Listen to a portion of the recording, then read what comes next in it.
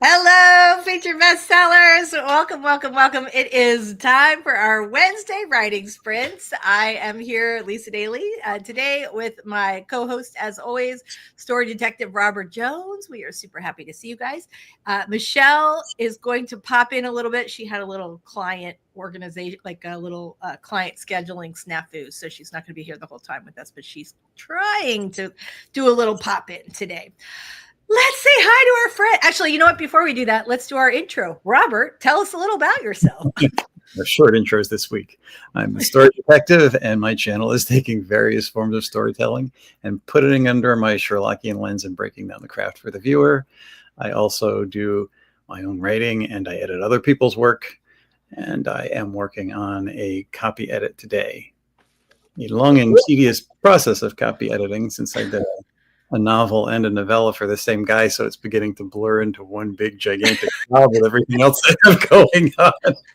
I know that feeling. I literally was in the shower this morning thinking. So I have a client book that I'm doing I did a rewrite on, and I really feel like the sort of the core wound of the protagonists is that they're not clear enough, which causes problems later. And so I've been thinking about that sort of same thing. Like, it's all because I've gone through back and forth through the book a bunch. It's all like blurring together, which happens sometimes. You have to really be, really stay on top of like your notes and things that happen and all this. I mean, let alone just like the regular consistency issues that you always face, when you're working on, something that's 300 pages or more. Yes.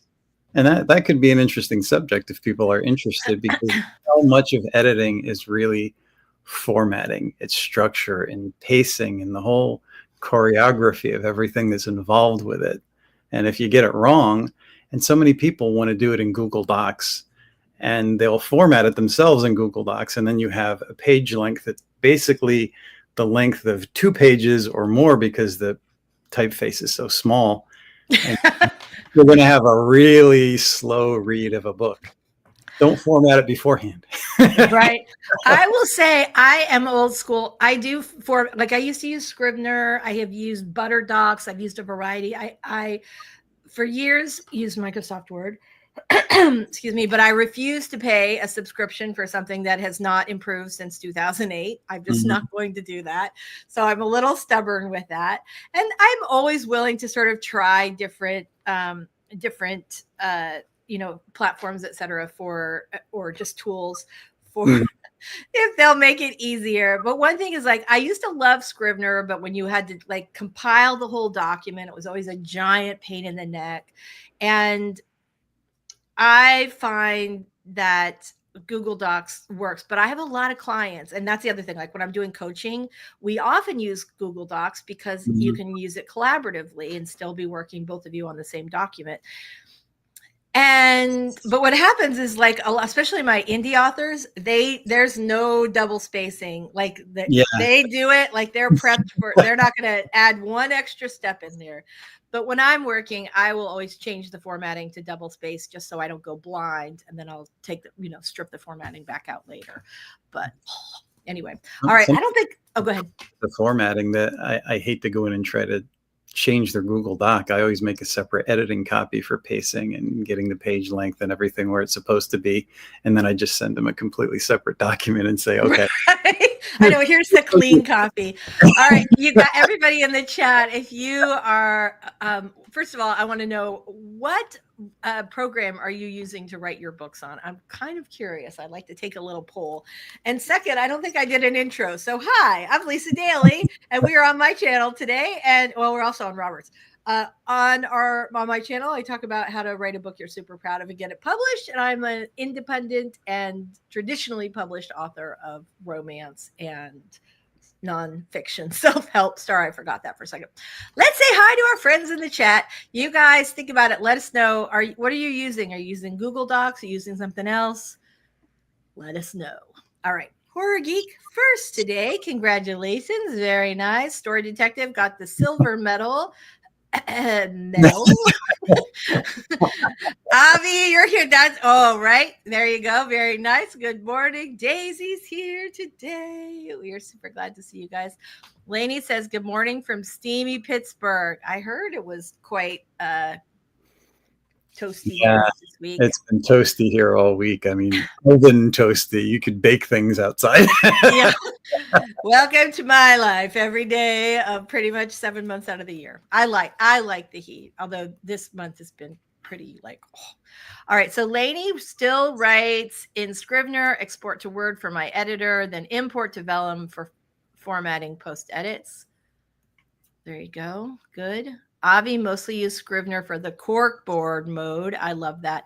But Google Docs is my jam. I format my project in book form because it helps me draft, but Google Docs help me not be tethered to my laptop. Yes. Agree. All right. Well, let's start off with a 5-minute warm-up sprint. I had sort of an epiphany almost immediately after our stream last week when I told everybody about the news that Amazon had cut back on book staff because their book sales had gone down. And initially, when we started talking about this, like, that seems like kind of bad news. Yeah. Except then I had an epiphany about how it might actually be really good news, which I will share with you after our 5-minute warm up. I'm going to make you, if you guys want to guess what you think it is, go ahead. All right, let me put our 5-minute timer up on the screen here. All right, so we're going to do a quick warm up. Let us know, 1, if you think you know what my epiphany was. 2, what program you're using to write if you haven't already. And 3, what was the thing I can't remember what the third thing was. Oh, well, those 2 things are good. All right. Talk soon. We'll see you guys in 5 minutes right after our warm-up sprint. Here we go. Starting in 3, 2, 1. Let's do this.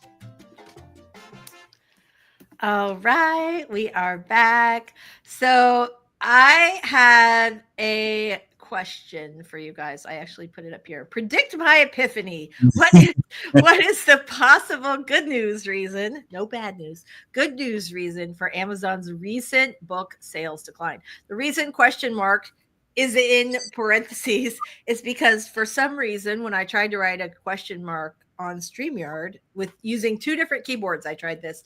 It translated to a colon instead. I don't know why. It's Interesting. yeah, it's not me, it's them. I tried it on two different keyboards, but yeah. So that's it. Predict my epiphany. What do you guys think it is? I'm super, super excited.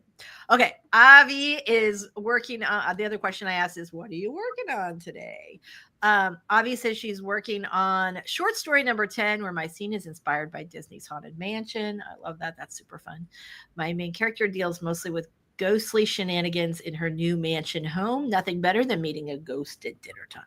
Ooh. Sounds fun. Yes. Speaking of meeting ghosts at dinner time, I just recently discovered yesterday that that they've turned the Lizzie Borden house in Pittsburgh into a bed and breakfast. So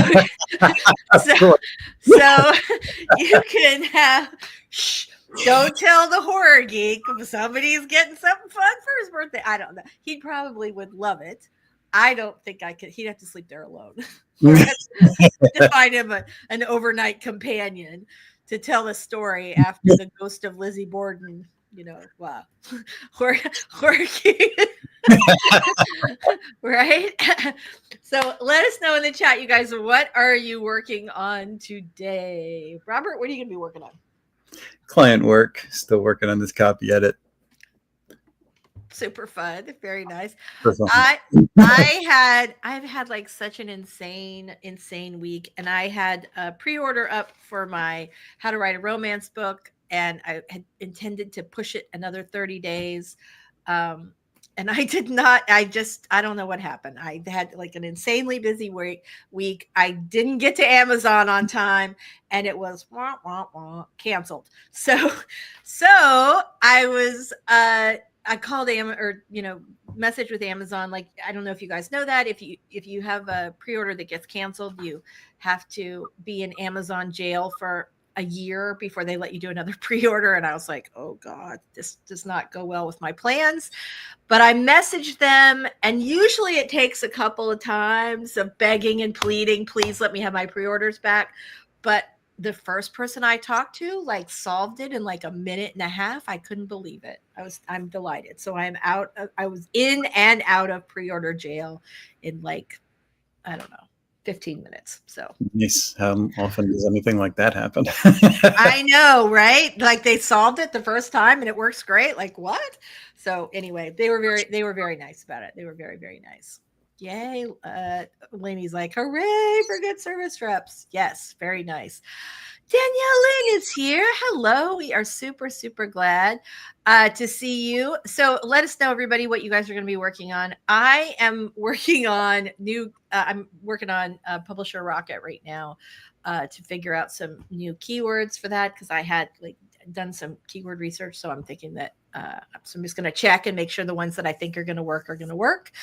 So there's that. And then I'm going to be working on a client small town romance today. So I love that. Let's see. Lainey working on a holiday rom-com, and it's so hot. I don't know if I can do it. Welcome to my world, Lainey.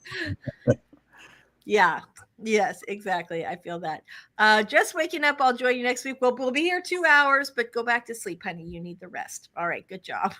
Hello, Mama Ward. We are super glad to see you today. Mama just came in from watering the flowers. Very nice. Danielle's going to be working on her mystery tonight. Nice. Excited about that. That'll be cool. All right. Fantastic. I feel like I missed somebody earlier. Did I? No, I did not. Okay. All right. So when we come back, we're going to talk about my epiphany. Here's your assignments should you choose to accept it. Come up with an idea for why there might be a good news reason that Amazon has recently seen a sales decline in their books department. I have only one potential good idea for that, but we'll save that too. Okay. All right, we'll talk about it right after the break. In the meantime, let's go ahead and do our very first 20-minute warm-up sprint. Let me just get that up on the screen there. Not a warm-up, regular sprint. All right, 20 minutes on the clock. Stretch your little fingers, get your document. Oh, well, you've already got your document open. All right, here we go, everybody. We are going to get started in 3.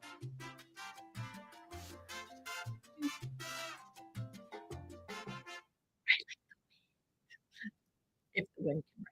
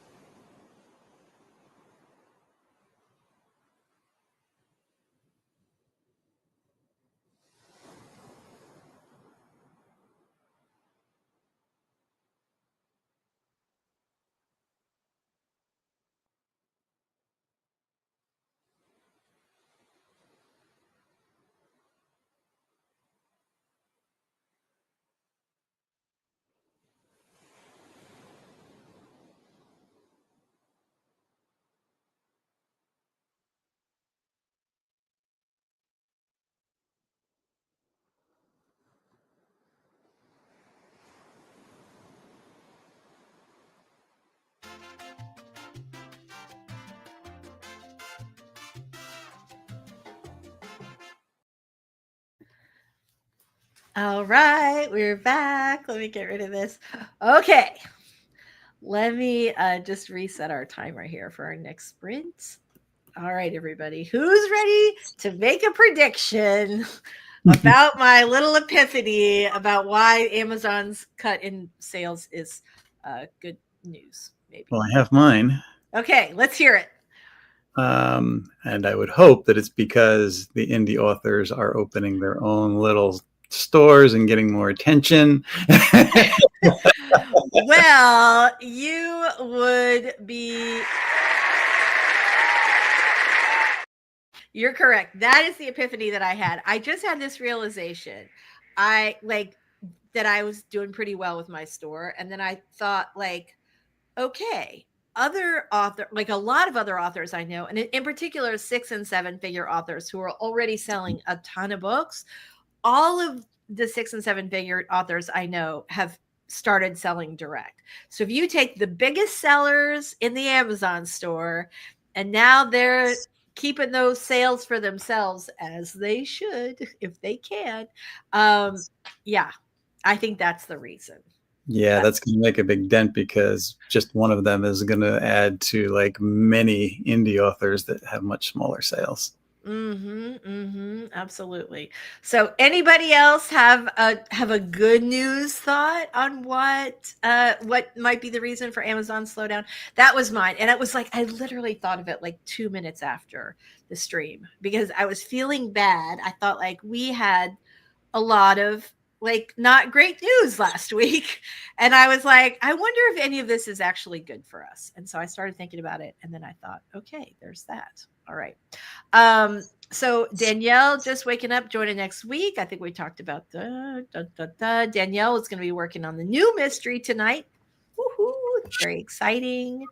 Very exciting. Look who's here. It's Devin. We're very glad to see you today. Very, very nice. Love that. Amor says, oh, look, another channel to lurk on. That's good. Always love that. And Cool Gamer's here today. Super excited to see you, Cool Gamer. Very, very nice. We're very glad to have you guys. All right. So let me do our little news roundup today. I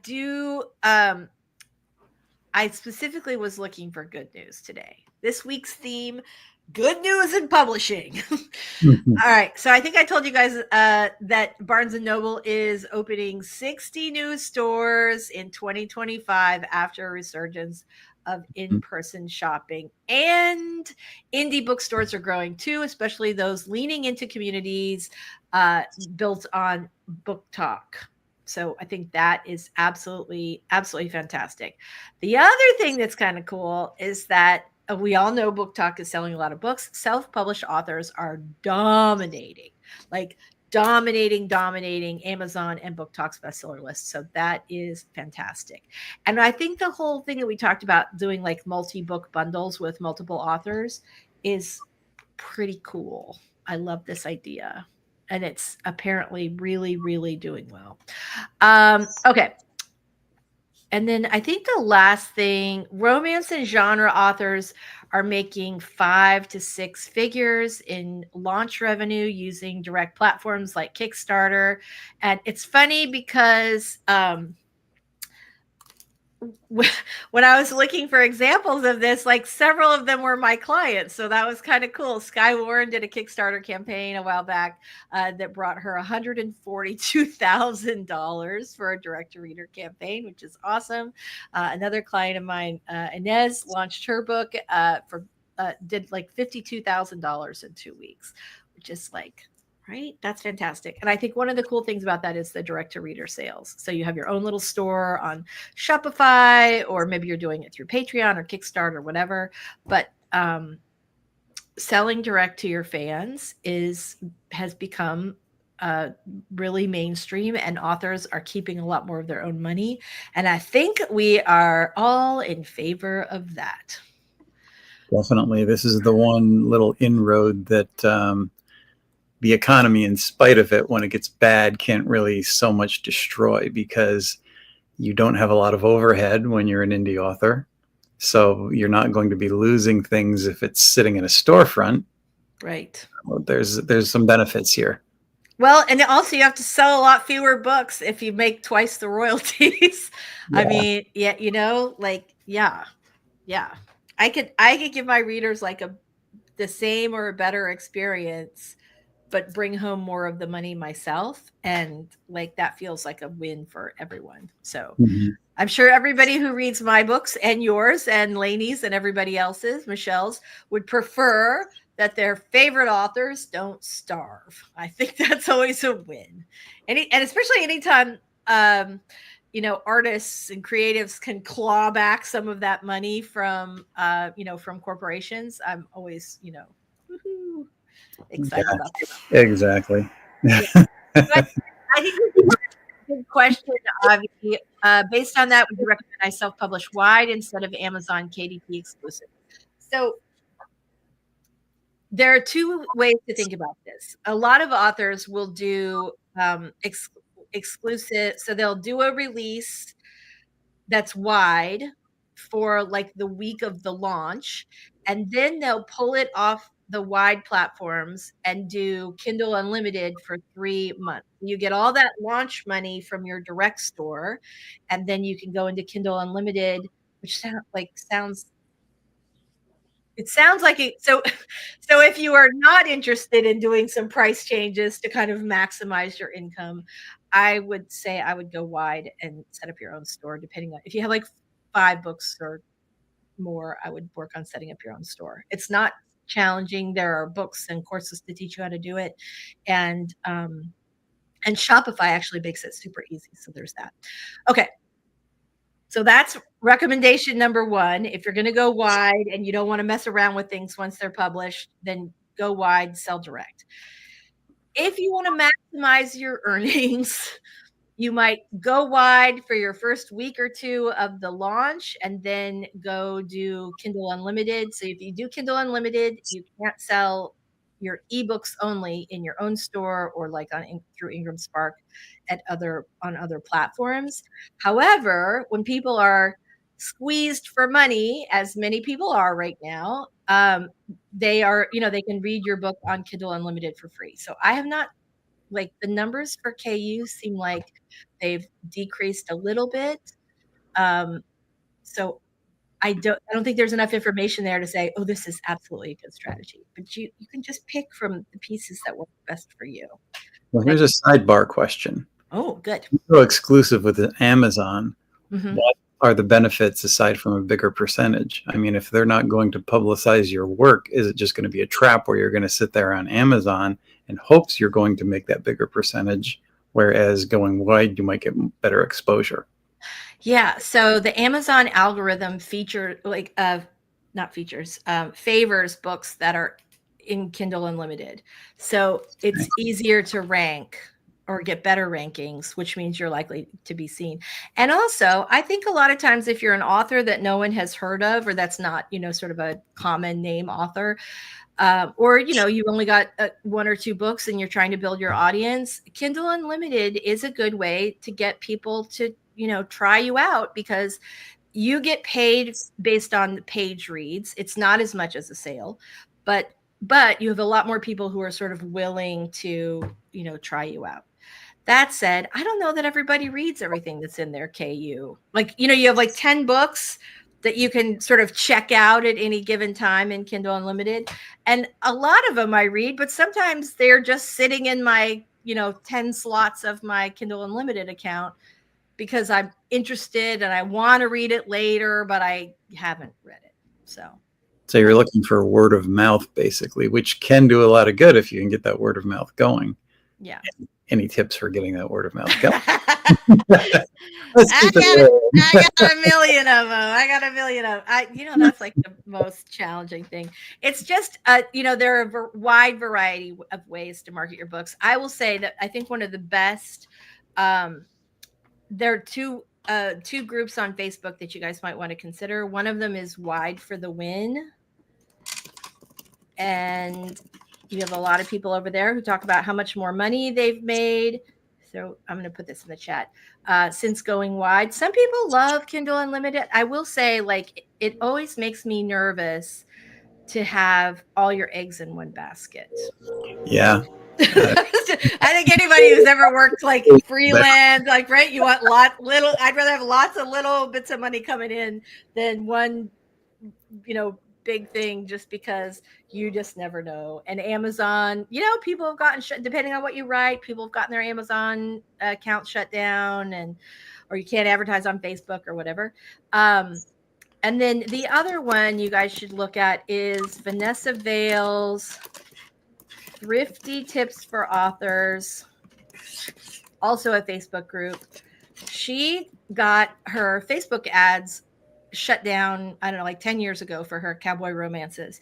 And she basically figured out a way to make 7 figures a year selling these cowboy romances by just what she calls her brick method or box method. And it's basically like, if she's going to sell that book wide, she's going to sell it on every platform anywhere in the world that she possibly can. So she's doing that strategy of taking lots of little bits of money until they equal $1 million. So there you go. Well, that would be my idea, that going wide, you're diversifying. Yeah. And Small Business 101 is you have to diversify. And we have all of these authors, that was the popular word becoming an authorpreneur. You're not an entrepreneur because you don't have the experience or the money or the sales yet to be that. You are a business. So you should be looking up small business practices instead of entrepreneurial gurus telling you what to do. There's so much advice out there in the world. I will say the Wide for the Win strategy has a lot of people who started out in Kindle Unlimited and then obviously went wide and have found some success. Some people do really, really well with KU, like really well with KU. Mm-hmm. So I think it depends on the kind of book. It depends on your goals. For me, I'm always wanting to maximize income. So, and I worked with Vanessa. That is the other Facebook group you guys should definitely join, right? Wide for the Win and Vanessa Vale's Thrifty Tips for Author. So I worked with her on her course, and I'm like, that woman, authorpreneur, awesome sauce human being, if there is $1 to be made from her book off one platform that no one has ever heard of, she will find it and make it. And I think that is a really smart strategy. There's oh my gosh, what's her name? Joanna Penn. She also sort of ascribes to that kind of strategy of really maximizing your intellectual property. Mm-hmm. So, again, she talks about it in different language, but it's also a, going wide kind of scenario. And the bottom line is always to write good stories. I mean, so many people aren't. And when they're trying to keep up with that 12 books per year algorithm, they're not really bothering to look up things like we talked about in the beginning. All that stuff where you're choreographing, structuring, and getting the balance and timing and pacing and everything right is something that nobody is really doing. You figure that out, or find yourself a good editor, you're ahead of the majority, and you probably will stand out. I think there's some truth to that. And also, just like, if people, it doesn't take like a massive number of people to make you able to live off your books. It's not, you don't have to have a bazillion fans. That's an official number, a bazillion. You don't have to have a bazillion fans. You have to have like some really dedicated fans, but you do not need a bazillion fans. So Lainey says, I moved my new adult sports romance back to KU in March and I hate it. Can't wait to have it back in July. Okay, do tell why, right? Because it's a solid strategy. Now, Lainey's got quite a backlist and she has a lot of experience with this. So do tell why in particular was this round of KU for your adult sports romance? Is it hockey or something else? Is it rugby? Let us know. All right. I definitely would like to know. Yeah, definitely. All right. Let's see if Lady comes. She might have run out for lunch or something. So if she comments, then, or if she comes back, then we'll ask her again. Maybe she's typing. Who knows? But in the meantime, let's go ahead and do another sprint because I'm kind of dying to know why Lainey decided to make that decision. All right, here we go. Let's share the screen. Dun, da, da. Oh, she got it. Hold on. Okay. She says it isn't earning any more money than it was wide, and I can't include any of the books in my direct store bundles. This is a soccer series. Lady, can you drop a link?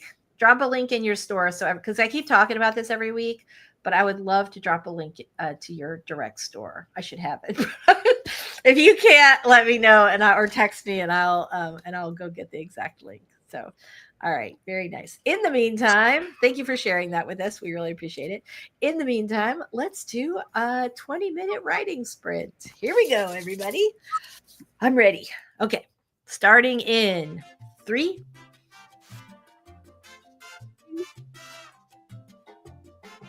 1. Let's do this.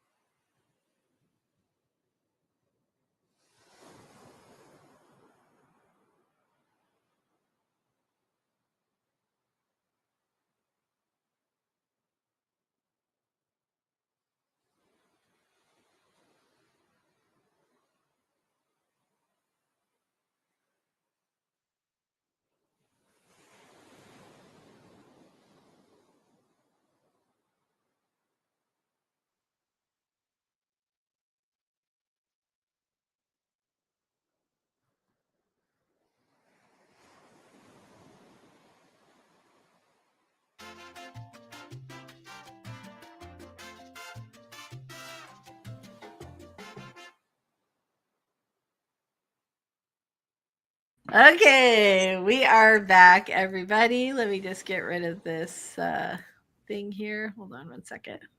There we go. So how'd everybody do on that last sprint? Let us know in the chat how you did. Sure. Yay! All right, fantastic. Sorry, I couldn't find how to get rid of the banner. I hate when that happens. Nice, fantastic. All right, that 20 minutes went by super, super, super fast for me. Like, yeah. So, I don't know. Oh, look. So I put Lainey's direct store up so we could see. So Mama Ward says, KU for me, but in 2026, my daughter gets out of the Navy. She is going to help me go wide with all 40 books by Christmas, we hope. What?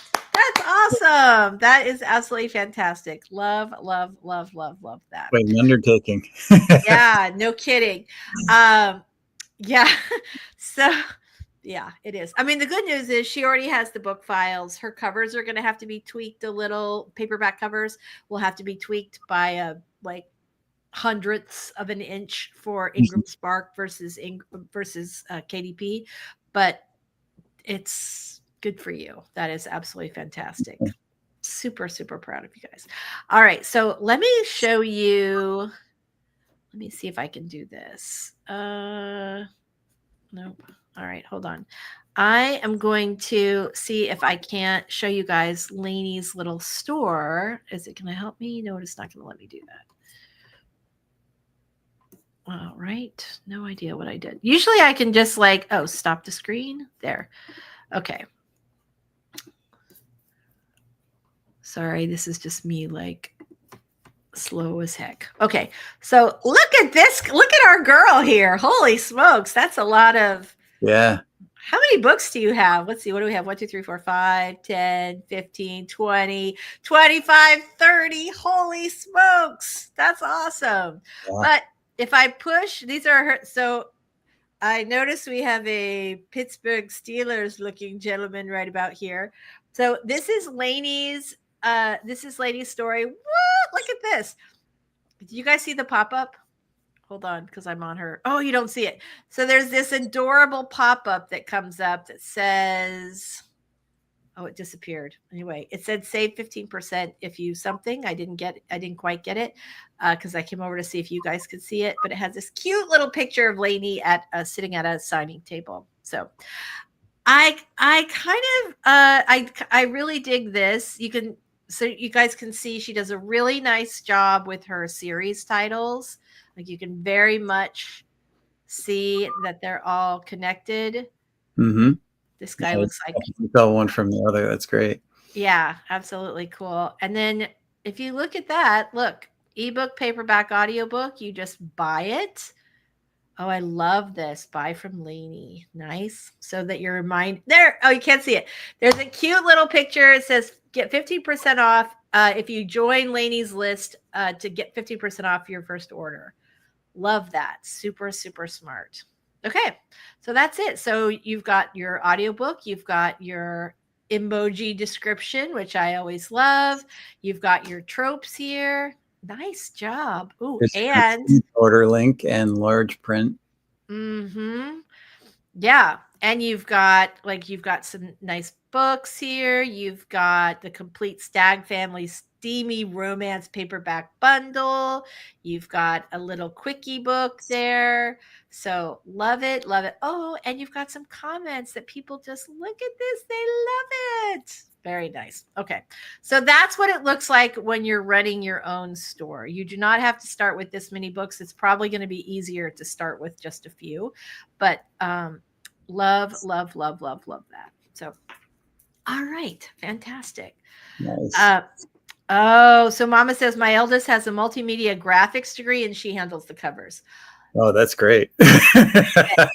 Absolutely love it. That is fantastic. Good job. Well, I think you guys are going to be set. It is crazy. I've been helping Mary Putnam get all of her husband Dave's Bruno Johnson thrillers, which he just gotten the rights back from the publisher. I've been helping her get those all up on KDP and on Ingram Spark. And it has been kind of a like, rah! back and forth and all that, because we have the added fun of them, previously being with another publisher. But yeah, so it's going to be exciting. How awesome for you. I am super proud of you, Mama Word. That is phenomenal. So, and I think we can all aspire to be just like Lainey. I like that her store is beautiful. It looks exactly how it should. It's absolutely fantastic. So I'm going to check it out during the next sprint so I can see the pop-up in the comments. Right, you should definitely do that. So here it is. It's LaineyDavis.com/books. And you can see all the goodies there. Yeah, she's got the great comments. The pop-up picture is so cute. That's why I brought it up. So, all right. Who feels like doing another writing sprint? I do. All right, fantastic.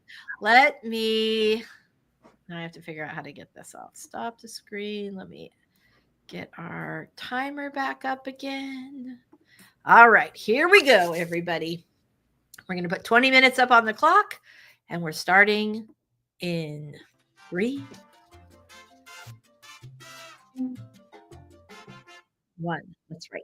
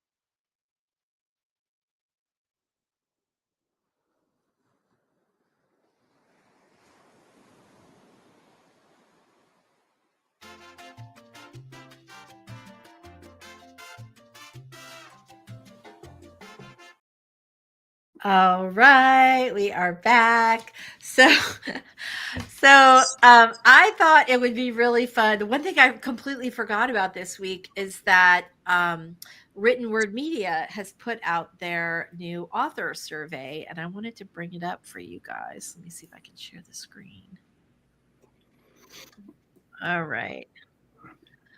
Okay, so indie author survey, they ask authors, I think twice a year, what is going on, how they're doing right now, how they're feeling about how they're doing. So they break authors into 4 different categories. Just starting out, if you're making less than 500 a month, building momentum is 500 to 2500, got traction is 2500 to 10K a month, and living the dream, 10K and more a month.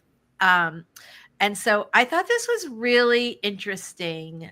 Overall, author mood, pretty good.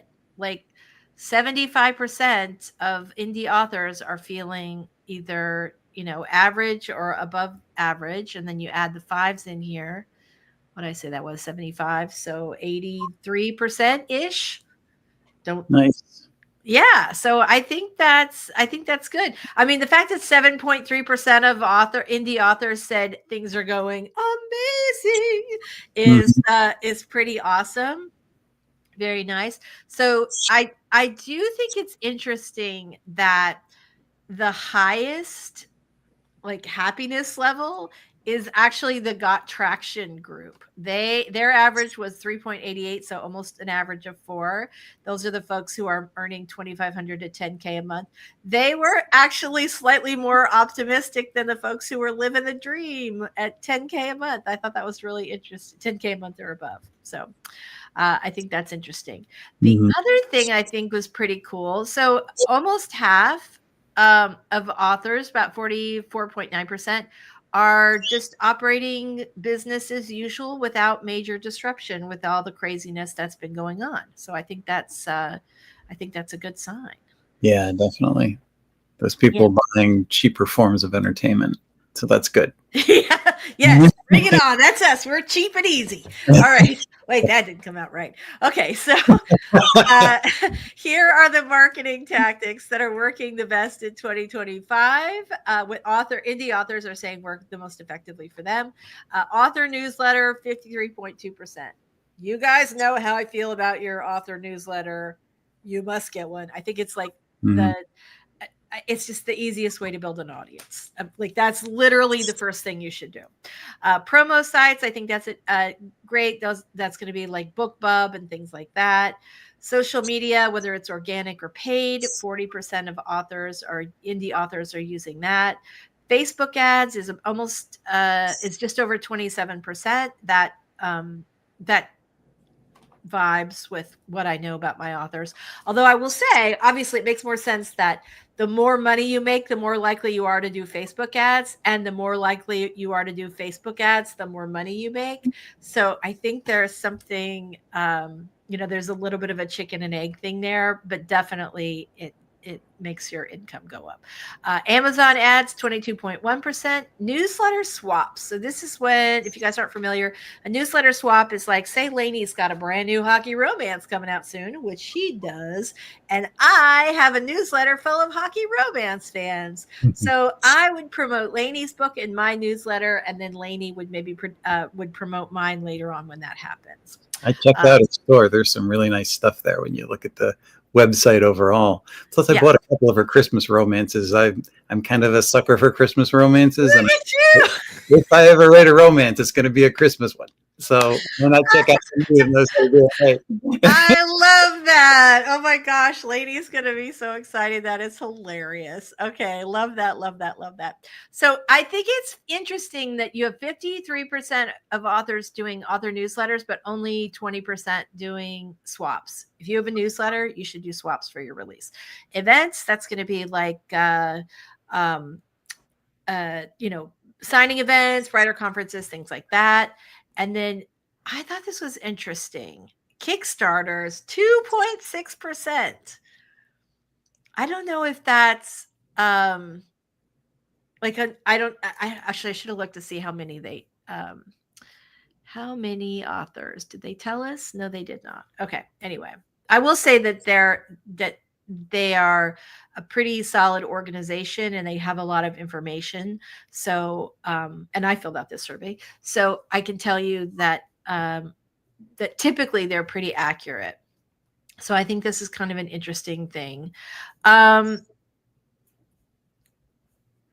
The last thing I think was kind of fascinating was that authors are looking for smarter genre-specific marketing advice, not just generic checklists. I think that's kind of interesting. Budgeting wisely, authors are watching every dollar and asking for support that feels intentional and effective. I think that's interesting. Overwhelm and uncertainty in the early stages of your publishing career. Yeah. AI, curiosity, concern, and caution. That makes sense that people are worried. The authors are worried about what's going to happen to AI and whether or not it's, or what's going to happen with AI. So there you go. Pretty cool. Anyway, I thought that was very interesting information. I tried to put the link in the chat, and unfortunately, it's too big. So there you go. But if you just look over, what was it called? It's called How Indie Authors Are Doing in 2025 Mid-Year Survey Results, which I will drop. And that's from Written Word Media. So you can look that up if you're interested in that. So Adrian, probably 90% romance authors. I don't think so. I think it's across because it's sponsored by Written Word Media, and they help, like they have services not just for romance authors. It's probably more romance authors because there are more romance authors than there are other types of authors. It's the biggest subgenre, or genre. So I imagine they also have some mystery authors and some sci-fi and some horror and some other things. So, all right. Lady says, Robert, thanks. Oh, you're welcome. You'll be sorry, caught my attention right away. Right. Well, I do love it. I absolutely do love it. I think that's fantastic.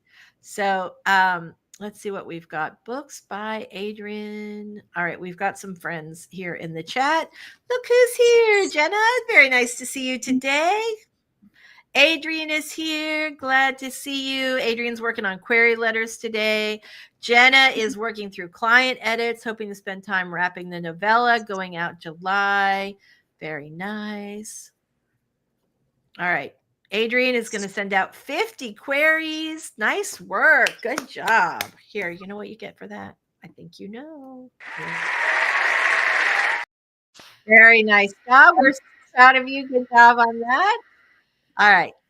And Adrian says, I've only got one book out, so I'm not likely to be in this particular combo. I think it is really good idea to see what successful authors are doing, because there's so much information floating around. You never really know who to trust. You just sort of cobble things together. I think this is why authors end up sort of clustering into groups so that, we can share information. So yeah. All right. There you go. Okay, cool. Anyway, so that's it. I thought it was an interesting study, though. I thought it was really interesting. Yeah. So what do you guys think? We can either round out with a 10-minute sprint, or we can just shoot the shit for the next 10 minutes. Whatever you want to do, let us know. While you're thinking about it, drop a link in the comments, and we'll figure out what to do. In the meantime, I'm going to hop on really quick on YouTube and pull up a 10-minute timer, just in case you guys decide you want to do it. I could go for a 10-minute sprint. Yeah? Okay, let's do it. All right, hold on. Dun, dun, dun. Of course, I did not pull one up today. I should have been a little cooler, but I really wasn't sure what we were going to do. Hold on. There we go. All right, fantastic.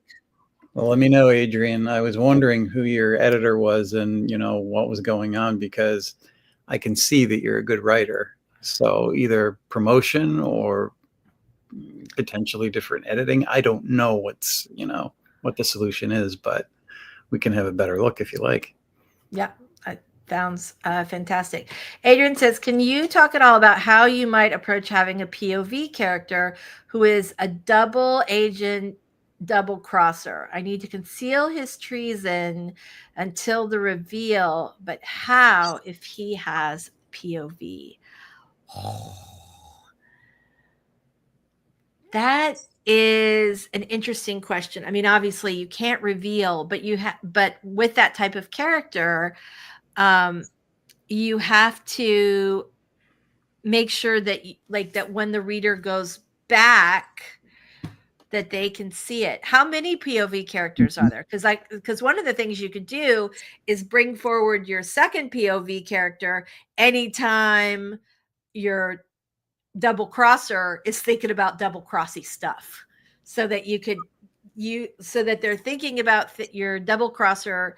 You see their POV when they're not thinking about double crossy stuff, but we're seeing somebody else's POV when they might be.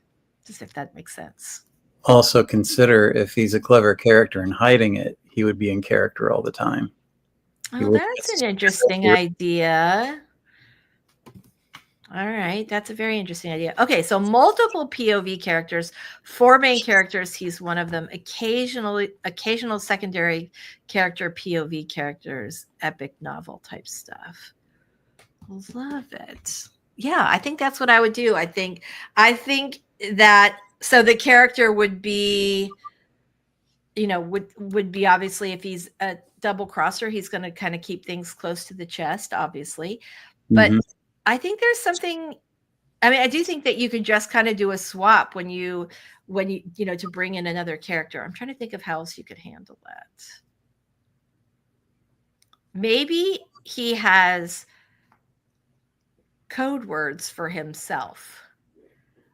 Like, how families or friend groups often have shorthand for different things. So maybe he's talking about baking the cookies, or do it like something he might say out loud, but he thinks of it that way. But baking the cookies actually means assassinating the other bad guys, or you know what I mean? Like maybe he's speaking in some sort of double crosser speak, even in his head. Yeah, he would have to have it, maybe disguising his own thoughts, or be so well trained that he wouldn't even allow himself to think about what he's doing, because he doesn't want to slip up and give anything away. Okay, so Daisy says he could be unreliable, trying to hide from the reader if it's a letter, email, etc. I think that's kind of an interesting idea too. Yeah, how the point of view is presented. Shorthand code words is a cool idea. He could be talking about one. I don't know if that was me or somebody else. He could be talking about one thing, but concealed in metaphor or code, so no one knows what he truly means. Y'all are good. Well, thanks. I know. I think about it. I feel like there was. Sorry, this is what happens sometimes. I feel like was it Winston Churchill? He used to always write down his notes in code all the time. Like there have been characters in history who literally kept everything. Leonardo da Vinci, didn't he write his notes in a code as well? There's something there. I think you could make that work. Yeah. Aside from journaling, does he have any other habits? Does he do any kind of art, or a way that he's himself kind of covertly? That's interesting too. I love that. This is one of my favorite things, is figuring out little plot knots, little how do we solve this problem? How do we solve this problem? You could really have a multi-layered, intriguing character there. Yeah. Based on, his intellect, his hobbies. Yeah. But there's a way to do it. Yeah. I think that is, I think it's really fun. I love this idea, because one of the things that's I think readers who love those type of characters really do is that after the reveal that he's a double crosser, or some other thing, that then they can, like Gone Girl, where you go after you read Gone Girl, when you go back, you can see all the clues were there the whole time, but you don't really get it till you're getting close to the reveal. So I love it. The other thing is that if readers figure it out, it just makes them love the book more. They feel smarter. So Yeah. Also, you might want to do a little research on how double agents train themselves and how they can manage to pull it off. There's got to be yeah. something there. I think so. So, Adrian, if you ever go to Washington, D.C., one of my favorite attractions there is the Spy Museum. And there's all, like, you wouldn't believe all the cool stuff that they have, that they've done. Like, it's fascinating. The whole thing's fascinating. So, that might be something. And obviously, we don't know whether or not your character is a spy or just a double crosser. But I love this idea. I think it could be super fun. It'll be challenging to write, but I think it'll, like, once you figure it out, it'll be great. Yeah, and think of the great detective himself, Sherlock Holmes. He was never very personal, not even with himself. True. That is very true. I know it's so funny. The Horror Geek and I watch House at night before we go to sleep. He's like a TV watcher, and I've had to adapt over the years. So we watch House, who was based on Sherlock Holmes. And one of the things, House is addicted to pain medication, Vicodin particularly.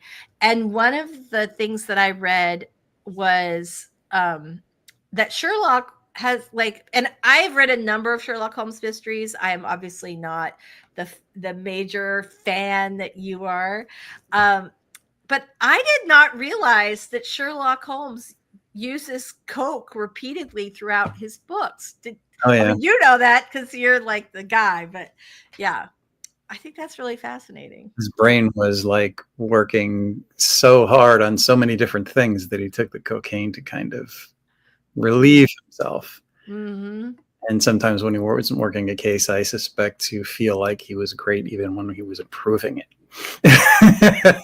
I think that's interesting. He had Asperger's or was on the spectrum in some way because you're just, portrays. Yeah. All right. I love this, that we have so many fans of the Spy Museum in here. That's where I learned Julia Child was a spy. Isn't Holmes using morphine too? Yes. I do remember that. Yeah. Not as much, but he did use it. Yeah. Okay. So it wasn't like the big shocker. Okay. Yeah, you can go into what they call the chemist, which would be like the local drugstore, and pick that stuff up. And you could still, I don't know if you can still do it today, but you could go into like a pharmacy in England and get over the counter stuff with like codeine in it. I mean, it wasn't like, it's still not like an illegal drug like it is here. Yeah, I can see that. So Adrian, so worth it. It's so fun. It's fast. If you like you're interested in that stuff, they send you on like a little secret mission. It's great with kids, but honestly, I loved it too. Like we've been multiple times. So, right? Coca-Cola. Yeah. So, there we go. Very nice. All right. Well, listen, guys, I know we were like, yeah, let's do a 10-minute sprint. And then we start. That was a great question, Adrian. Like great question. If you love infrastructure, do check out the Postal Museum while you're down there. I love that. I love that you love infrastructure enough to go to the Postal Museum. I love that. That's awesome. Story and everything. There is a story and everything. I think the post office is fascinating as an American story, because we've heard for years that the post office, doesn't make any money and all this, but they actually are profitable. They're just saddled with a bunch of debt that doesn't belong to them. So it's kind of like the post office itself and what it has represented for this country is kind of fascinating. Mama Word says you can buy a lot of things over the counter in the UK and Asia. Medications are a lot more controlled here in the US, yet we have very high addiction rates. That's interesting. Yeah, I knew somebody that was in the UK that just guzzled down like Alka-Seltzer plus with codeine like it was water, morning and night, have to take that shot of codeine. And I'm like, man, this person has a problem. That's a lot. Also, like what you have to endure to get it into your system. Well, although with Alka-Seltzer, the bubbles probably make it travel faster. This is why champagne is so delightful. The bubbles speed the booze to your brain. So there's that. That's why, yeah. Well, okay. Anyway, all right, you guys, we are going to do our outros. Robert, tell us a little about you and your awesome channel before we go today. My awesome channel is The Story Detective, where I put various forms of storytelling under my Sherlockian lens and break down the craft for the viewers.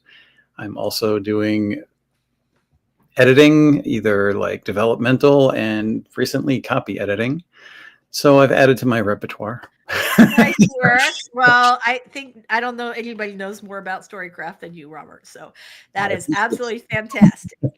Hi, everybody. Thanks for being here today. I'm Lisa Daly. I write contemporary romance, rom-coms, and hockey romance in particular, and nonfiction writing advice. I love this. The post office goes to airplane crashes. I say I love this. I do not love the part about the airplane crashes, but that is dedication to make sure that the postal cargo gets delivered. Fascinated. Yeah. Okay. There we go. All right. Thank you so much, Devin. I'm so glad you had a great time. We had a great time too. And we hope you come back, and we will see you next week. Yeah, it was an interesting stream, and keep those keyboards clacking until next time when we do it again.